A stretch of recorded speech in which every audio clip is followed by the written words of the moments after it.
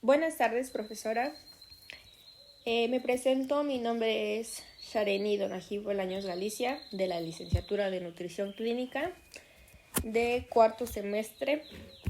Y en esta presentación les voy a hablar sobre el artículo llamado Cornerstones of Toxicology. Y bueno, vamos a empezar. En esta primera diapositiva, como se muestra, vamos a hablar de lo que es el abstracto. Y ahí puse el párrafo que muestra el artículo como el primero, sobre la exposición, que es un elemento clave de la toxicología. A esto se refiere a la entrada de una sustancia química en el organismo o en su entorno. La cantidad, el tiempo y la vía de exposición son factores que determinan en la toxicidad de una sustancia. Por otra parte, ¿qué se define como la cantidad de sustancia química que entra en el organismo o en su entorno?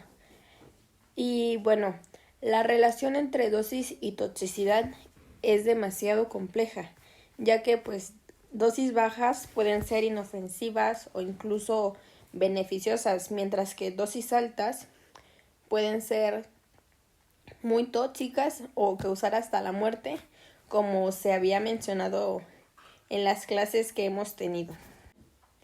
De igual forma, este artículo habla sobre lo que son las piedras angulares en la toxicología, que son la exposición, la dosis, la toxicidad, la evaluación de riesgo y la investigación.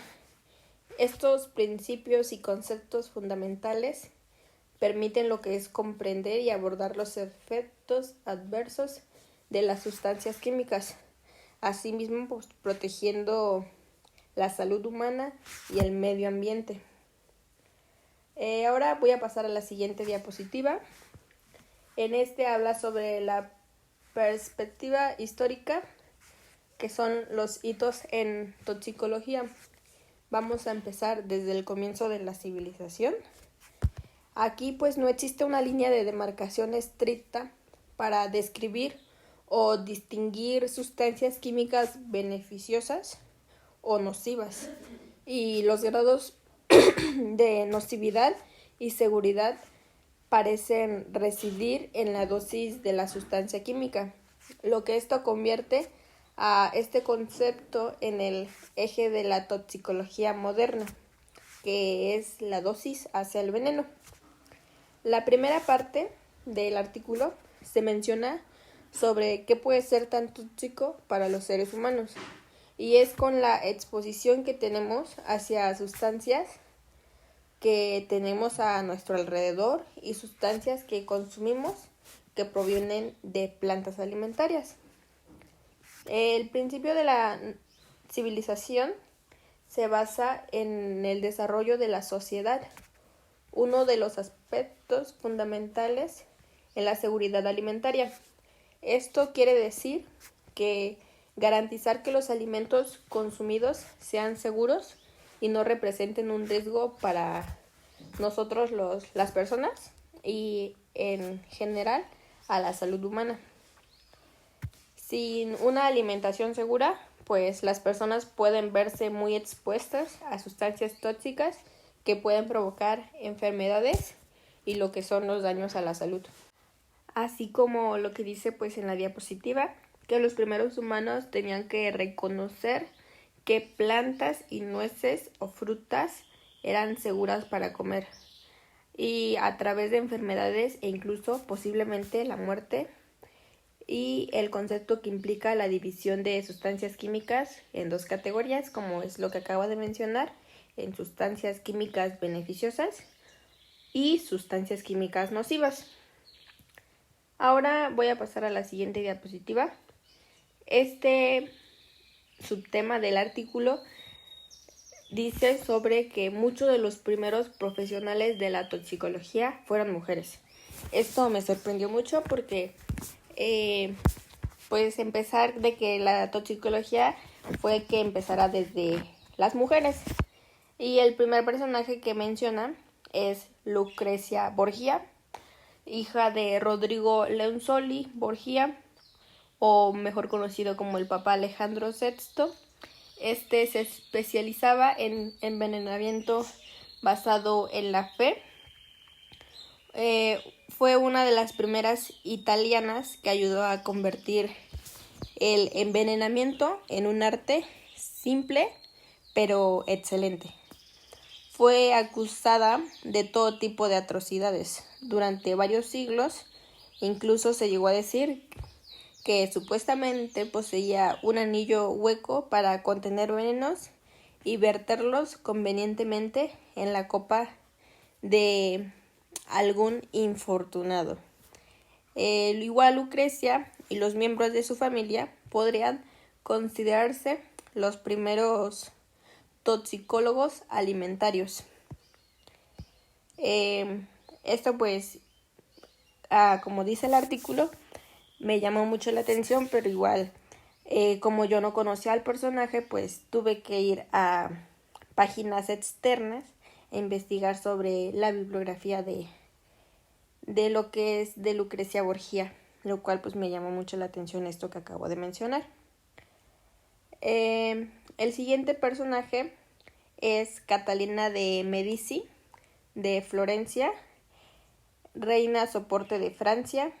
Ella probó y estudió cuidadosamente los efectos de varios brebajes tóxicos y en los pobres y enfermos, observando el inicio de la acción y los síntomas que ocurrían. Considerarse este personaje podría considerarse una de las primeras toxicólogas experimentales. Igual fui a investigar sobre este personaje en páginas externas y me mencionaba que Catalina a menudo recurría al uso de su veneno en sus rivales. Entre las muertes por tóxicos que se señalan está la de su suegra, la reina Juana III de Albert. En este caso fue a través de un regalo envenenado, unos guantes, que tras ponerlos en la mano, la monarca navarra probó con un dedo crema de queso ingerido, así el letal veneno. Parece que también trató de matar a su yerno, Enrique IV de Francia, pero falló el plan porque el libro de páginas envenenadas paró en las manos de su hijo, Carlos IV, que leyó con fruición y murió por error. Igual se menciona que en la Europa del siglo XVI, Catalina circulaba el rumor de que había difundido en Francia el misterioso veneno de los Medici. Lo que se sabe es que Catalina había traído desde su país la belladona, una planta que tiene la facultad de dilatar las pupilas y que contiene atropina, una droga aceleradora del ritmo cardíaco y que en altas dosis resulta mortal.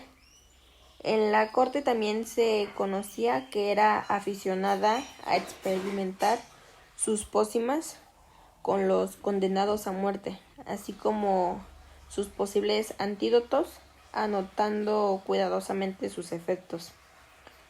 Y pues como ya mencioné, este personaje podría considerarse una de las primeras toxicólogas experimentales.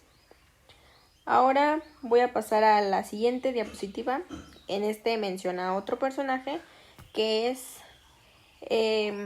su nombre es María Caterina Schwarzenberg, que es mejor conocida como Georgien Buena María, de Leiden, de Países Bajos.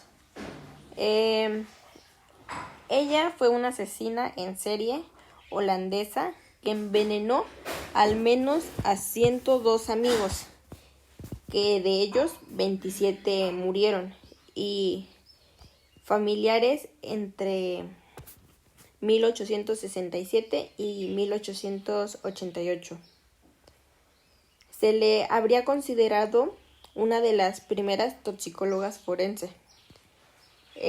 Como pues ya mencioné, esta se estableció con certeza de enveneno con arsénico a por lo menos 102 personas, de los cuales pues murieron 27. Y la investigación de ella incluyó más de 90 muertes sospechosas. 45 de los sobrevivientes fueron problemas de salud crónicos después de ingerir el veneno. El motivo de Katharina fue el dinero que recibiría a través de supuestamente el seguro de las víctimas o de su herencia.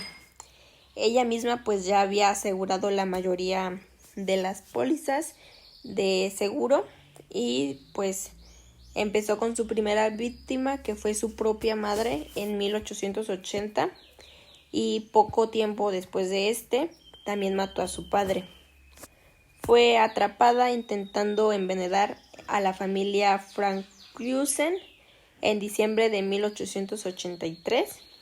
Ahí fue donde su juicio comenzó el 23 de abril de 1885 y María Soanerbuch fue declarada culpable del asesinato de sus últimas 3 víctimas y sentenciada a vivir en una correccional por el resto de su vida.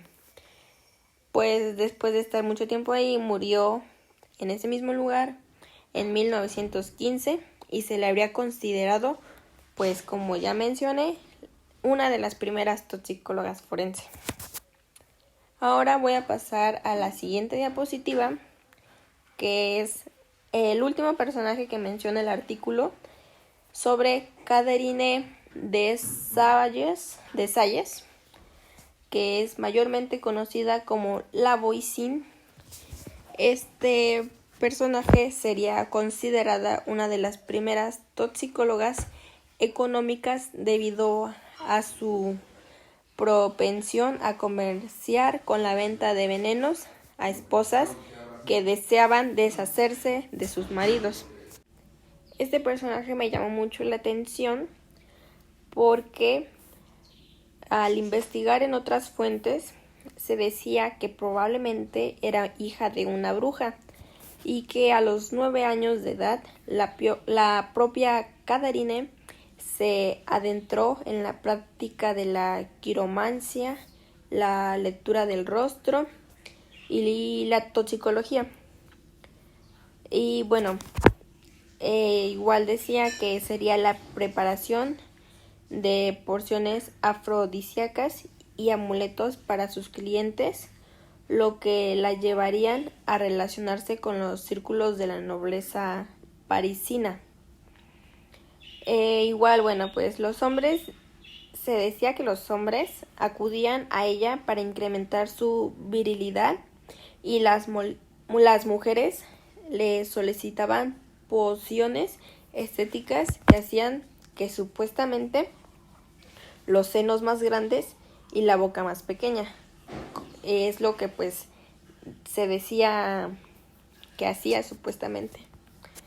Y bueno, Catherine Dessalles se dio cuenta que la solicitud más común entre su clientela era el polvo de la herencia, es decir, veneno, viendo la oportunidad de hacerse rica con el lado macabro de la hechicería. La vidente empezó a vender venenos y a oficiar rituales satánicos en su cabaña en las afueras de la capital. Fue por esto último que la apodaron la Voisin, que pues en francés se dice que es la vecina. Ahora voy a pasar a la siguiente diapositiva. En esto habla sobre, en el artículo mencionaba ejemplos históricos de envenenamiento. Como se muestra en la diapositiva, puse 4 que son Joseph Stalin, que fue el líder de la ex Unión Soviética. El siguiente fue el dictador cubano Fidel Castro. Y el tercero fue Víctor Yushchenko, el expresidente ucraniano. Y por último menciona a Napoleón Bonaparte. Bueno, voy a mencionar cada uno, que fue lo que yo entendí.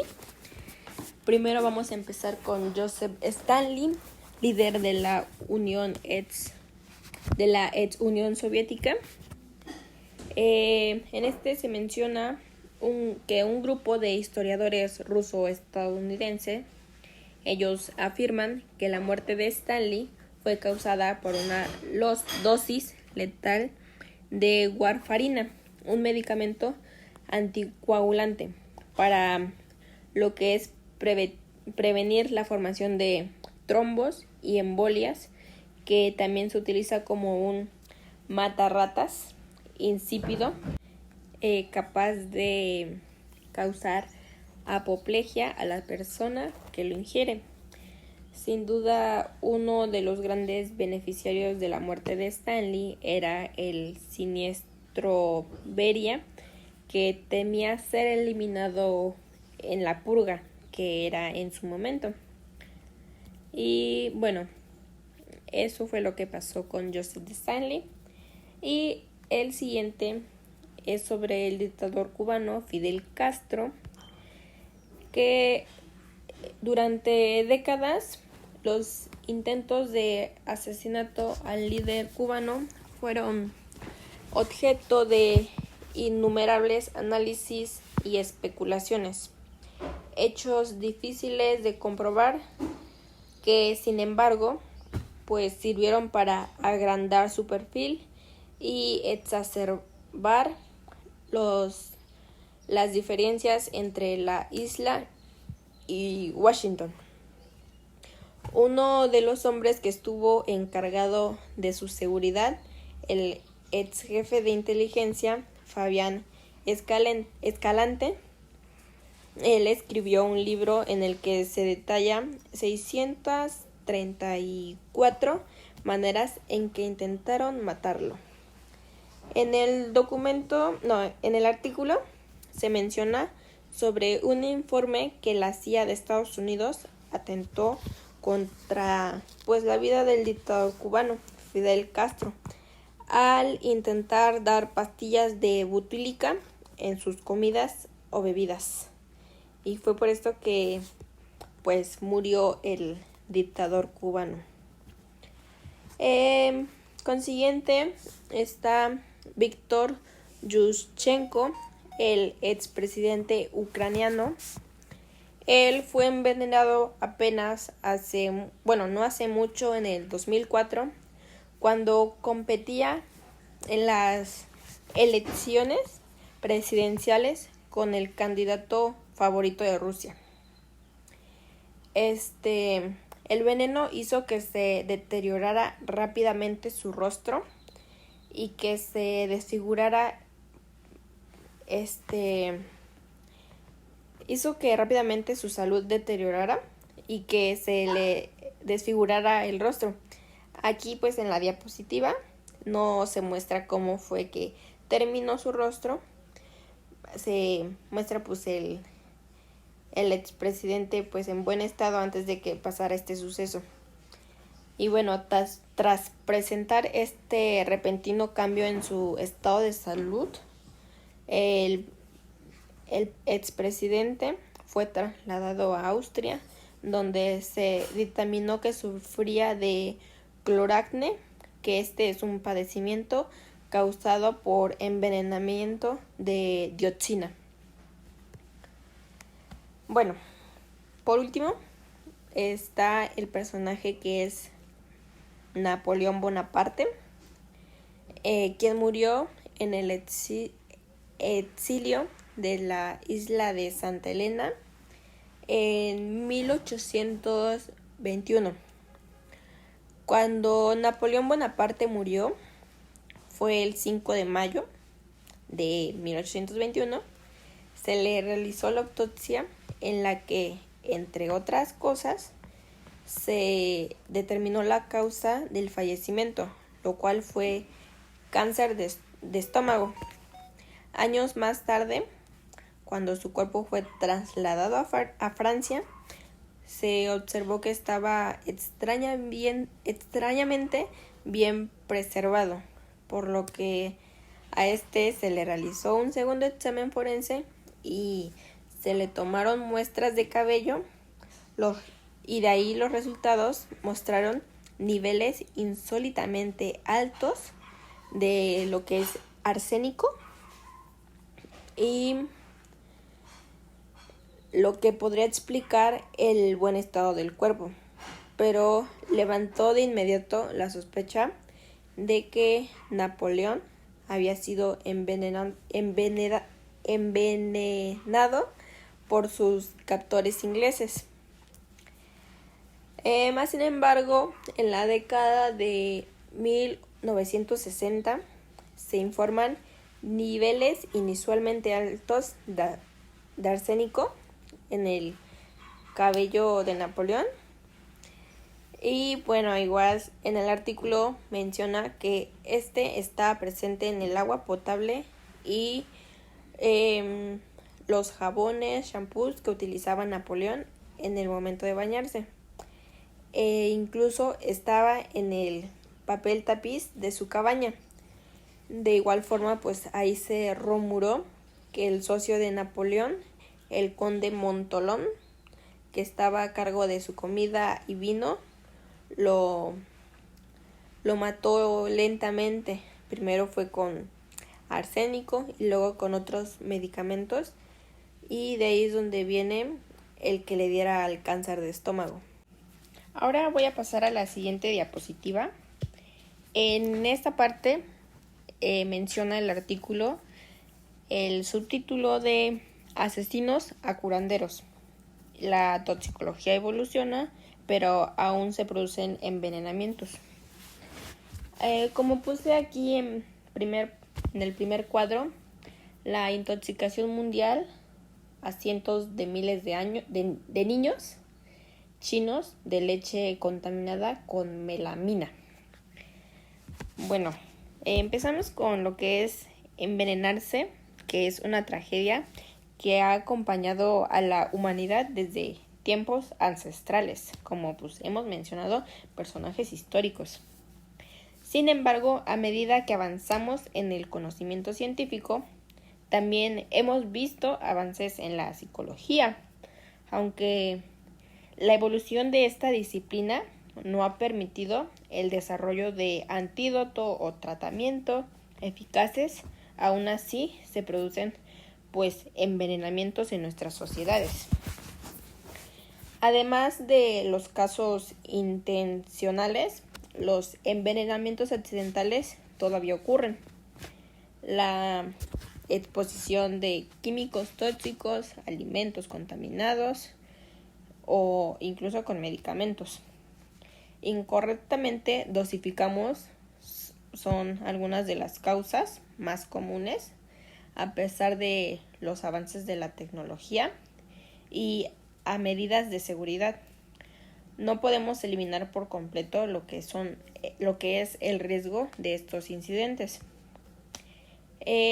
Aquí hago mención del primer recuadro, que es el rosita, que en el artículo se hace mención de algunos casos de muerte por envenenamientos e intoxicaciones, que este fue uno de ellos en el 2008, que fue el caso de intoxicación mundial, y puso esto a exposición de cientos de miles de niños chinos por lo que fue leche contaminada con melamina, lo cual se dice que a estos niños les provocó algunos daños que fueron cálculos renales, insuficiencia renal, y pues en algunos de estos niños expuestos fue hasta la muerte. Igual, por otra parte, hallaron restos de melamina en alimentos para mascotas. Esto pues es demasiado grave para los animalitos, lo cual igual puso en riesgo a demasiadas mascotas, tanto perros como gatos, quienes consumían esto pues. Bueno, el artículo también menciona otro caso, este caso fue en Nigeria, donde se llevó a cabo una mala etiquetación, que es aquí en la diapositiva muestro énfasis en el cuadro café, que dice etiquetación errónea de dietilenglicol, que puso en riesgo a 84 niños entre 2 meses y 7 años. Este es un componente de anticoagulante y esto lo hicieron pasar por propilenglicol, que pues esta es una sustancia muy reconocida en el consumo de alimentos y medicinas, lo cual se llevó de contrabando y lo ingresaron a una empresa que está en Lagos, pero desde este incidente esa empresa pues la tuvieron que cerrar, obviamente.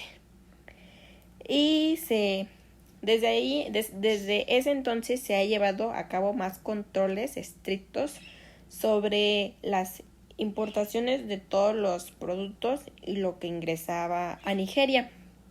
El caso del consumo de estos alimentos con este mal etiquetado provocó síntomas que incluían diarrea, vómitos, fiebres y convulsiones e incapacidades para orinar, lo cual ha sido pues muy trágico para las personas que llegaron a consumir este tipo de productos, porque el artículo menciona que más de 100 personas, en su mayoría niños, murieron. Igual en Panamá, porque estaba presente en jarabes para la tos, y en algunos casos se utilizó como edulcorante glicerina. Y bueno, el artículo igual menciona otros 2 casos de intoxicaciones y envenenamiento. En este otro vamos a hablar sobre los niveles altos de plomo en sangre en niños menores de 14 años en Longyan, China. Este pues fue en niños de 1 a 5 años, como lo dice aquí en el cuadro verde. Y bueno, después de descubrir este caso de que los niños tuvieron niveles altos de plomo en sangre, una planta de fundición cerró después de que descubrieron que 600 niños parecían de envenenamiento por plomo, pero igual por otra parte se descubrió que 800 niños que vivían cerca de una planta de fundición de zinc y plomo pues tenían los mismos niveles elevados de plomo en sangre. Para mí eso se me hace algo muy sorprendente, porque se puede ver las personas que están en esas empresas, los daños que están ocasionando a lo que son las personas que están a su alrededor, ya sea de la ciudad o que son igual pues los animalitos, porque pues lo ingieren a través del aire, polvo, y eso los lleva a tener un envenenamiento o alguna intoxicación. Igual pues hace mención sobre las áreas de Washington DC. De hace poco más de una década se fue encontrando que en la mayoría de los hogares tenían niveles de trastos esféricos de plomo en lo que es el agua del grifo.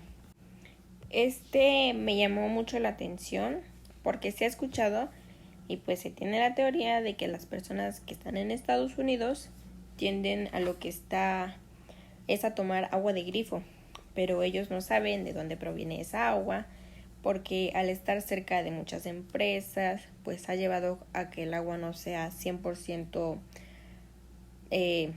factible para que las personas lo puedan tomar, y los lleva a lo que es una intoxicación de plomo muy alto.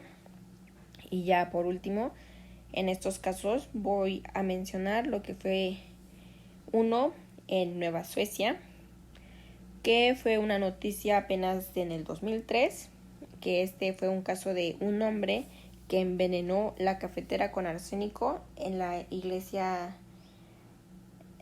una iglesia, enfermando a 15 feligreses, así es lo que menciona el artículo, y matando a una de estas personas. Y ya, pues se ha visto que en muchos casos sobre lo que es el envenenamiento de arsénico, y igual se hace mención de que en China tenían un límite de arsénico de 150 partes por 1,000 millones en alimentos como es el arroz principalmente. Bueno, ahora voy a pasar a lo que es la siguiente diapositiva. El artículo menciona qué es la toxicología y hace énfasis en lo que dice Paracelso y el concepto de dosis. Primero, pues, ¿quién es Paracelso? Vamos a empezar con su nombre completo, que es Theophorus Philippus Aerolus Bosbastus von Hohenheim, pues más conocido con su alias Paracelso. Este fue un médico que nació cerca de Zurich y bueno, además de doctor, era astrólogo y alquimista. Y bueno, aquí el artículo menciona el concepto de dosis según Paracelso, que es la idea de que la dosis hace el veneno. Y fue un médico alquimista en el siglo XVI. Bueno, según cualquier sustancia puede ser tóxica si se administra en una cantidad suficientemente alta, incluso aquellas que normalmente se consideran beneficiosas. Aquí en la diapositiva se puede mostrar las frases de Paracelso sobre esto, que son: todas las cosas son veneno y nada está sin veneno. Solo la dosis permite que algo no sea veneno y que la dosis produce el veneno.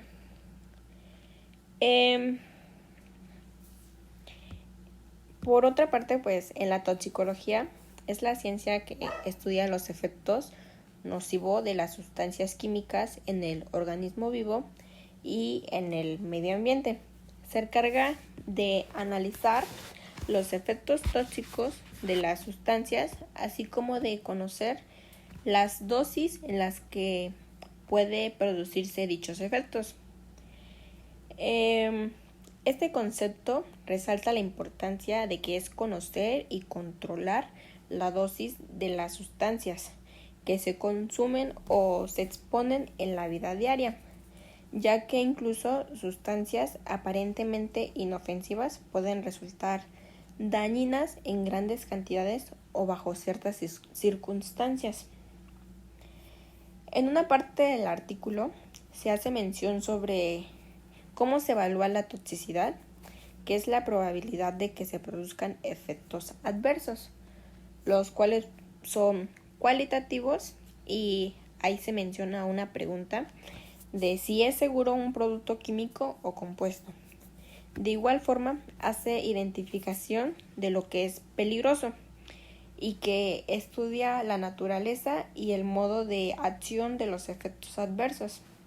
O sea que estos son cuantitativos, y a esto hace una pregunta que es ¿a qué concentración es seguro? Estas dos preguntas que hace énfasis me llamaron mucho la atención, porque nosotros hemos utilizado hoy en día muchos productos que la mayoría no sabemos si supuestamente son tóxicos o que no. Varias personas pues creen que son muy estudiados y no nos van a hacer daño esos productos, pero es que en realidad, como pues ha dicho Paracelso, que todo es tóxico. Entonces nosotros tenemos que saber como las cantidades correctas de utilizar algún producto para no provocarnos algún daño tóxico. Ahora voy a hacer una breve introducción a la toxicología. El artículo menciona que la dosis importa. Esta parte igual resalta unos puntos claves de la toxicología que son, para empezar, el número 1 es que la dosis pues importa, y en este mismo recalca que también el momento, el número de dosis es el que las personas difieren, y el punto número 3 es en que las cosas cambian. En este apartado me llamó mucho la atención que hace pues en sí mención sobre lo que son sustancias tanto que pueden ser venenosas pero que igual pueden curar. El primero que menciona es el Clostridium botulinum de esporas aeróbico gram positivo, que se encuentra comúnmente en el suelo y produce en 2 horas terminales, pero lo que me causó intriga a mí es que este es responsable de 145 casos de intoxicación al año y que este es más potente que el cianuro. De igual forma, pues existen diferentes tipos de intoxicaciones, como es por botulismo, que puede ser transmitidas por alimentos a través de heridas. La intoxicación por Clostridium botulinum es una enfermedad rara, por así decirlo, que puede ser causada por la toxina producida por la misma bacteria. Esta bacteria se encuentra comúnmente en el suelo y en el agua y puede producir una toxina que causa una parálisis muscular progresiva. Esto puede ocurrir por la ingestión de alimentos contaminados con la toxina, incluyendo alimentos enlatados, mal procesados, alimentos en conserva caseros, alimentos ahumados o curados de forma inadecuada y pues obviamente alimentos en mal estado. Después, el botulismo es una emergencia médica y requiere tratamiento inmediato en un hospital, ya que pues el tratamiento de la intoxicación por Clostridium botulinum involucra la administración de una antitoxina, que es la inmunoglobulina botulínica humana, para esto neutralizar la toxina bacteriana, así como el cuidado de apoyo para mantener la función respiratoria y pues seguir tratando las complicaciones que puedan surgir. Después menciona sobre la toxina botulínica tipo A, que este se utiliza para tratar enfermedades como el estrabismo, que es la desviación de los ojos, la distonia, que es las contracciones musculares involuntarias, la migraña crónica, el blefaroespasmo, que son espasmos en los párpados, y la espaticidad muscular, entre pues otras enfermedades. Aquí en la siguiente diapositiva muestro algo del artículo que dice que la dosis importa igual que el tiempo. En pues hace énfasis en lo que es la talidomida y su crítico de exposición, desarrollada pues originalmente como tratamiento para el insomnio y las náuseas matutinas por el embarazo en la década de 1950. Ha demostrado ser muy activo contra el mieloma. La talidomida se utiliza en combinación con otros medicamentos en el tratamiento de enfermedades como ya mencioné el mieloma múltiple, un tipo de cáncer de médula ósea, y se ha demostrado que mejora la supervivencia y la calidad de vida de los pacientes con esta enfermedad. Igual hace mención sobre que existe un limitado en el tratamiento de una variedad de otras enfermedades, que es el sarcoma de Kaposi, neuroplasias malignas y cerebrales primarias y entre otras enfermedades crónicas. Pasando a la siguiente diapositiva, vemos las interacciones entre sustancias químicas y sistemas biológicos. El artículo hace mención sobre la dosis respuesta, que lo que yo le agarré sentido, esto se refiere a la relación entre la cantidad de un agente químico y la respuesta que esto produce. Y bueno, en general, a medida que se aumenta la dosis, se espera que la respuesta biológica también aumente. Y el siguiente es la dosis efecto, que esto se refiere a la cantidad de un agente químico o fármaco necesario para producir un determinado efecto biológico. Esto puede ser tanto terapéutico o tóxico. Y bueno, una clave de la toxicología es la relación cuantitativa entre la concentración de un químico extraño, o mejor conocido como un xenobiótico, genobiótico, en el cuerpo y la magnitud de su efecto biológico. Y en este podemos decir que cualquier población habrá variedades, sensibilidades con un xenobiótico y el cual pues va a variar la dosis promedio requerida para provocar una respuesta tóxica hacia ciertas personas. Ahora en la siguiente diapositiva habla sobre cómo la gente difiere. En este apartado vamos a hablar lo que son las alergias hacia alimentos y medicamentos. El artículo menciona que en Estados Unidos y Europa aproximadamente entre el 2 y el 4% de los adultos y entre el 4 y el 8% de los niños pequeños. Durante todo el año hay como 200 muertes por reacciones alérgicas hacia lo que son alimentos, los más comunes que son el maní, leche, trigo, huevos, mariscos y pues ya. El artículo hace mención sobre el sistema inmunológico de los bebés que se encuentra en una etapa inmadura y sistemas de fase 2 ilimitadas, y estas tienen una función renal reducida, por lo que si esto les llega a producir alguna alergia a alguna sustancia o alimento, pues pueden tener reacciones muy atacantes y en algunos casos puede pues hasta provocar la muerte. Lo mismo pasa con las personas mayores, ya que pues tienen casi el mismo sistema inmunológico. Y por otra parte pues vamos a hablar de igual sobre lo que son los antibióticos. Por lo que leí en el artículo, habla sobre el paracetamol y este se metaboliza en un 90% mediante conjugación de sulfato. E igual sobre el cloranfenicol, que este es igual un antibiótico para organismos gram negativos y este se metaboliza principalmente por glucuronidación. Y estos son algunos de los antibióticos más conocidos por las personas, pero por lo que queremos hacer énfasis es que son extremadamente tóxicos para los recién nacidos, especialmente lo que es en su médula ósea, y esto puede llevar a causar responsable del síndrome del bebé gris, que consiste en la cianosis progresiva y acidosis metabólica, colapso vasomotor y dificultad respiratoria y en graves casos pues hasta la muerte.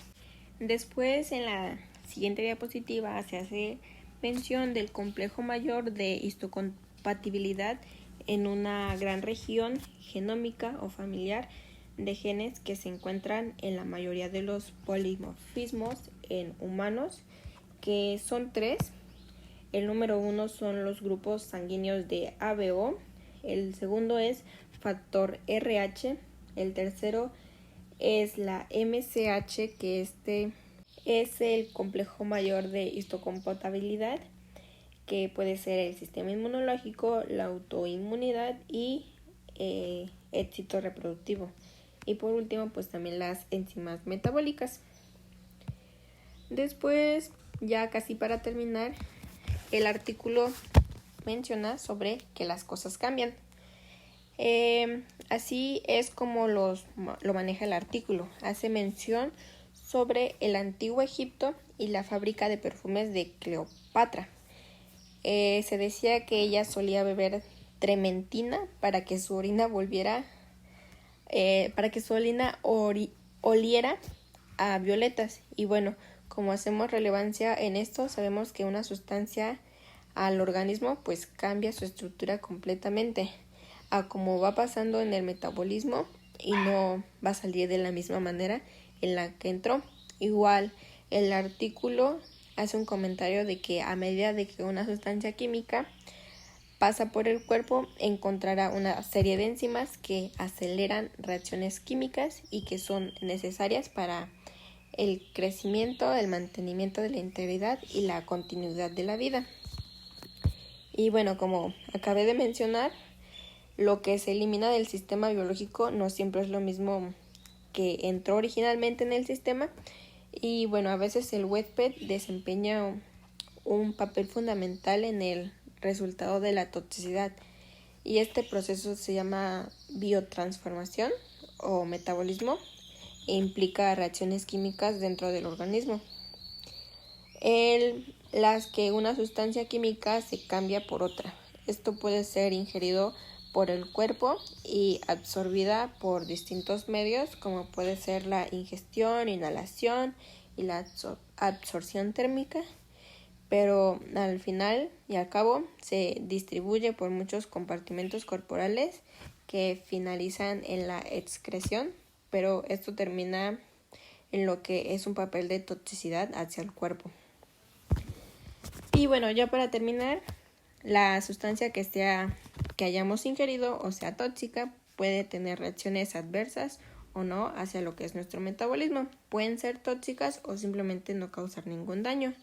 Como tal, el sistema puede eliminarlas más fácilmente, que es la molécula, a través de los riñones, que es mediante la orina, o el hígado mediante la bilis. Y eso es todo por la presentación. Gracias por escucharme, por ponerme atención. Y dejamos pues al último las referencias, que pues es el artículo. Y eso es todo.